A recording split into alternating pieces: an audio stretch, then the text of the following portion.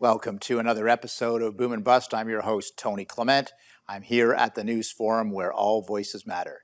Today, we're going to discuss the Digital Silk Road, what it is, how China is dominating this critical infrastructure, and what should be done. This is playing in and will play in a growing influence on your life. And here to discuss it with us is Dr. Alex He. He is a senior fellow at CIGI, which is the Center for International Governance Innovation. And welcome to the program, sir. Thank you for having me. I guess first, what is the Digital Silk Road? Maybe give our viewers a little bit of an insight on what that means. Sure, Tony. Let me begin with a brief introduction of the Belt and Road Initiative, China's global investment plan to build a complex infrastructure connecting China to the rest of the Asia, to Middle East, to Europe, all the way to Africa. And the Digital Silk Road is the digital part of the BRI, the Belt and Road Initiative, which focused on the building digital infrastructures in the BRI countries like the mobile networks, 5G, the Internet of Things, and the data center and the cloud computing, smart cities, and also AI-based facial recognition and video surveillance technology, also submarine and territorial cables. This is digital Silk Road.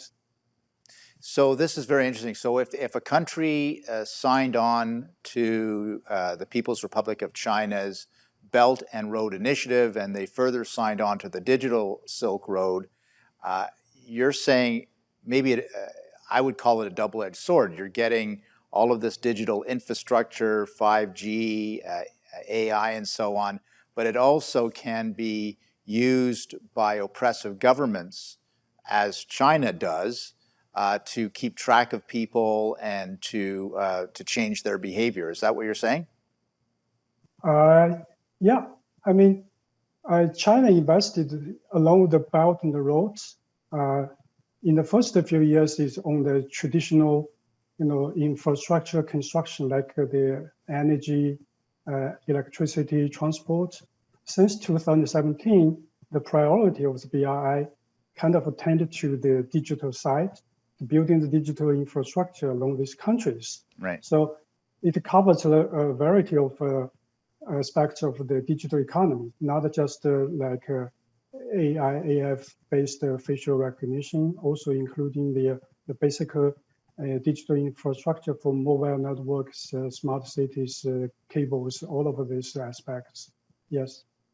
So maybe just delve a little bit more into the facial recognition technology and what that means. I think there's been a lot of study of this, but maybe making sure that our viewers know what we're talking about here. What is the facial recognition technology and how could it be deployed against people? Yeah, initially China deployed lots of projects to using the digital devices to surveillance people, and they have a different project domestically in China.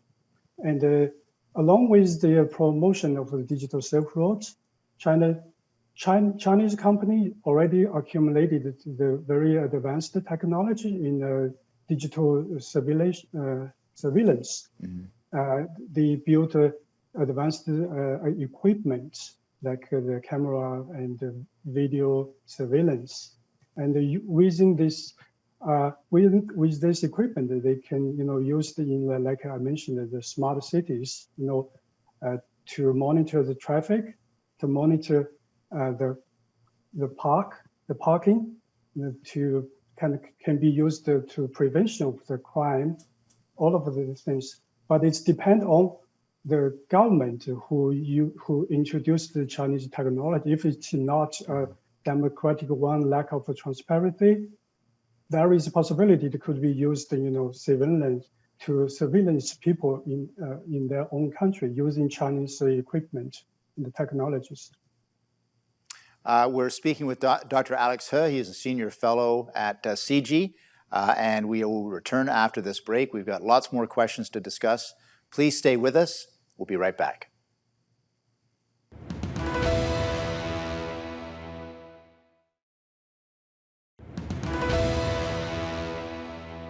One of the things that you were writing about is the importance of standards setting.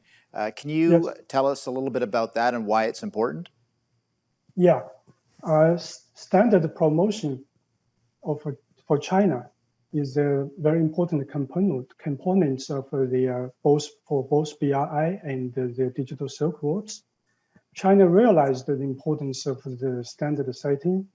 In the beginning, they tried to promote its standards in traditional, construction engineering sector, but they didn't make very impressive progress because the traditional power like the United States and the European Unions, they dominate most of the standard setting in traditional construction business.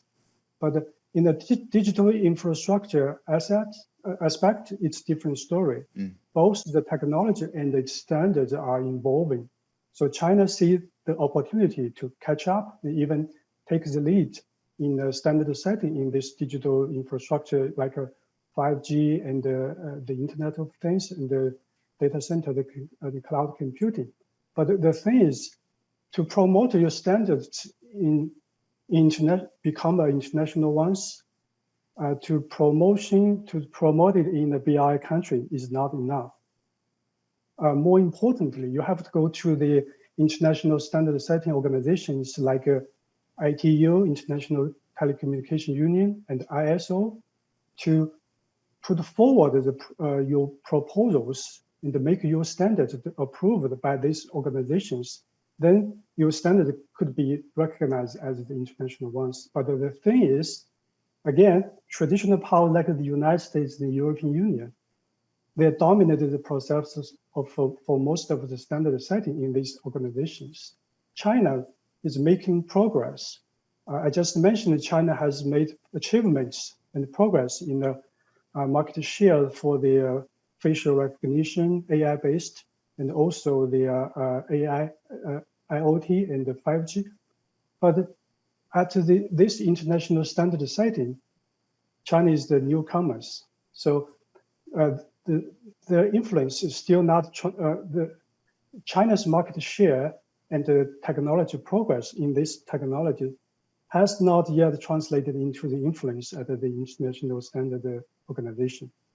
That's pretty much, China's digital economy and how it can use it to promote its standards. Let me just go back to facial recognition for a moment, because it did strike a chord with me on this.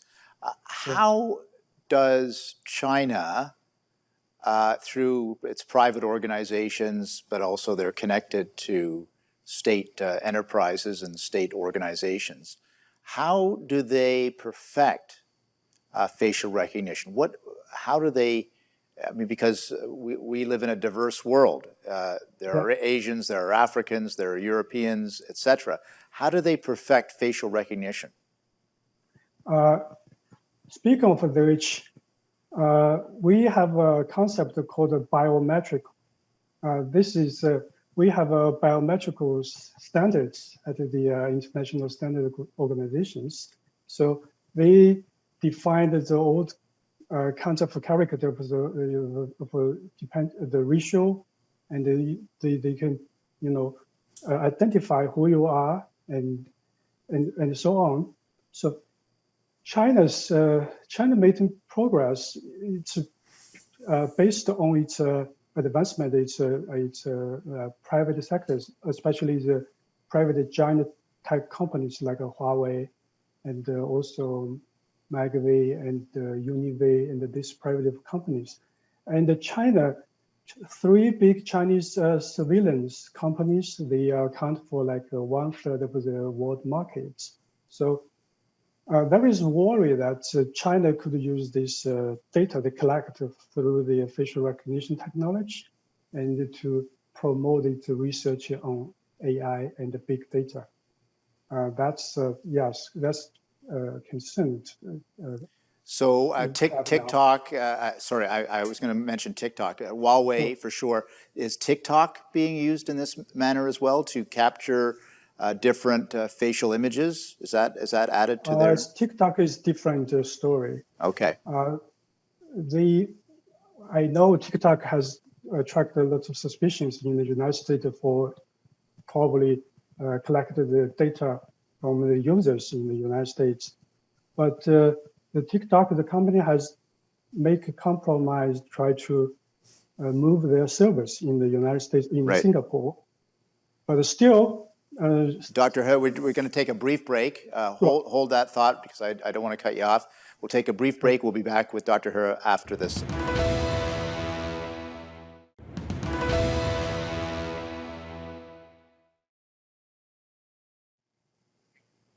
Welcome back to Boom and Bust. I'm speaking with Dr. Alex He.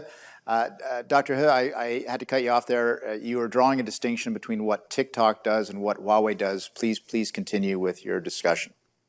Yeah, Huawei and other facial recognition companies like Magvie, Unive in China, and the Hikvision too, they're using the equipment, watching people and record the video and the images of the people they watch. Yeah, and they could use this data to, promote their research on AI and big data. But the TikTok is not focusing on the facial recognition. Yeah, that's the difference. That's a big difference. I understand. Okay, well, I'm glad you corrected me on that. What are your security concerns about the standard setting and the increasing government of China influence in the digital Silk Road then?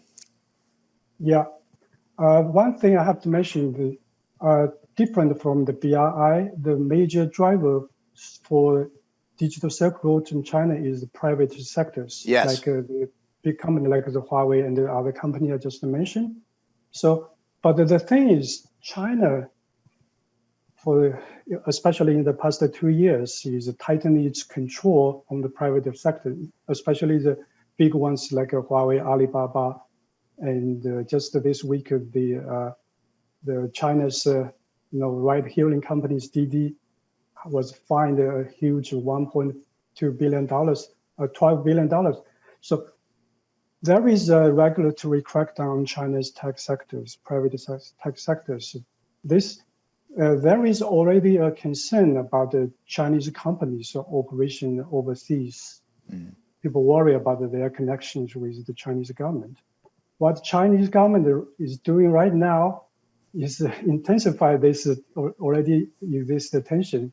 So people are still, very much concerned about what is the role of the Chinese government behind this Chinese private companies.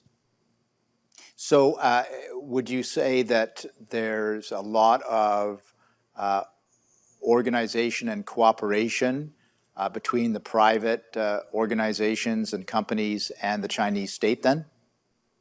Yeah, officially, all the companies, including the private companies, they have to, listen to the directions or directive from the government. But not like the state-owned enterprises. They carry out the policy goals of the government goals. Private companies, they try to expand overseas for the purpose of make money, mm-hmm. To get more market share.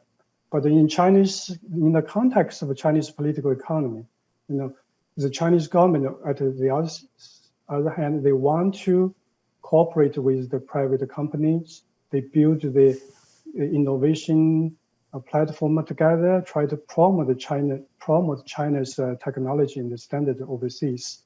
There is a cooperation between the private companies, private sector and the Chinese company. There is also, a different priority for this private sector and for the Chinese companies.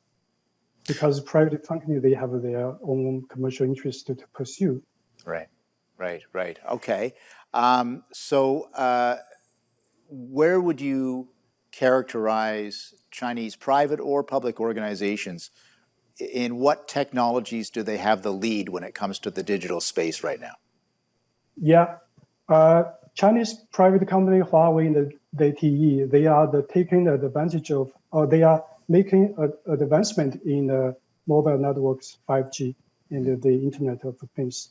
They are the two Chinese champions who have an advantage, have the technology and advancement, and also have a quite influence in the standard setting, along with the foreign company like Qualcomm from the US, LG, and Samsung from South Korea, and Ericsson and Nokia from North Europe. So this is a Chinese private company. They have the advancement in these technologies, and I just mentioned that there are other Chinese private companies in the AI-based surveillance area. They have the almost 1/3 of the world market. So, but again, this advantage and advancement didn't, have not yet translated into China's influence in the standard setting. Right, right. We're going to take another brief break. We'll be back with our guest after that break. Please stay with us.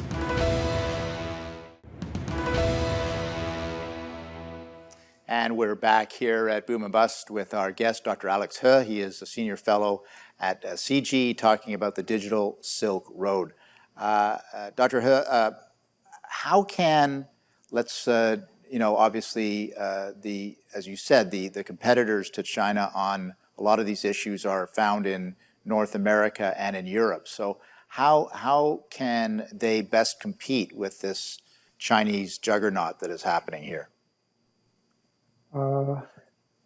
I think the American companies, the European company, they have natural advantages. It's a market-oriented economy in a free market. As long as there is a profit you can make, just invest it. I just mentioned the example of the 5G standard technology and the standard for 5G.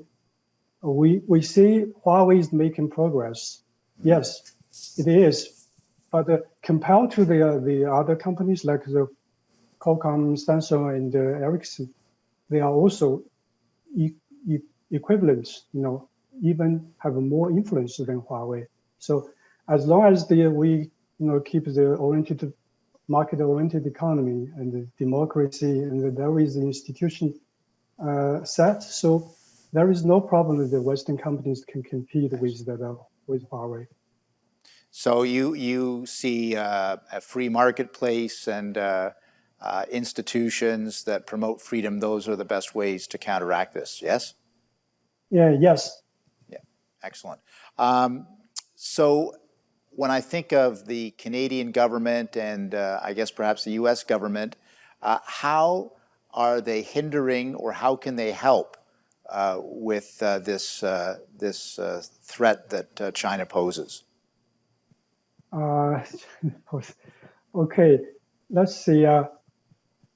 From the point of the government, because you see now in the U.S., the senator they try to introduce the legislation for encourage the development of the semiconductor because they're afraid of the competition from China. Mm-hmm. I should say this is kind of using the Chinese way to compete with Chinese. So I'm not sure if it's the best way to do that, but I think the Canadian government can, of course, can learn from something from the US or from China, and in some way maybe our government can encourage or can provide some help for the tech sector in Canada.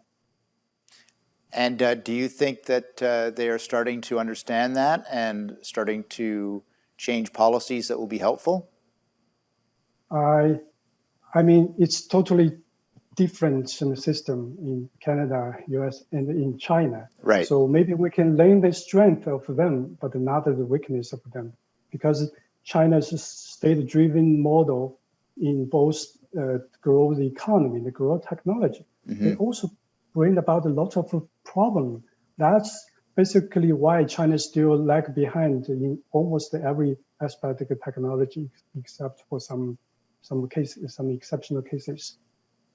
Yeah, I mean, it strikes me that we're starting to see messages from, let's say, the government of Canada that they're more aware of some of the challenges that the People's Republic of China faces on many different areas, geopolitical and military and also commercial. So hopefully that means that they're starting to develop a strategy. I mean, I guess the whole point of your article is we should start worrying about these things and be aware of the challenges, right? Exactly. And are you getting that kind of feedback? What do you mean, the feedback? Well, what's the reaction? We got 30 seconds. So what's the reaction to your article and your writing on this issue?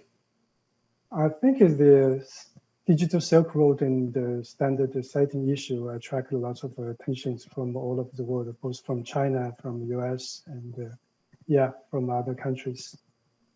I think it's an important issue we should focus on. I appreciate that, and thank you for joining us today. It's been a very interesting conversation. Thanks to Dr. Alex He. Thank you. It's my pleasure. Thanks again to Dr. Alex He joining us today, talking about standard setting and the Digital Silk Road. Obviously, the People's Republic of China is very active in this area to create online standards that basically govern our lives. So, very interesting conversation. Thanks for watching today.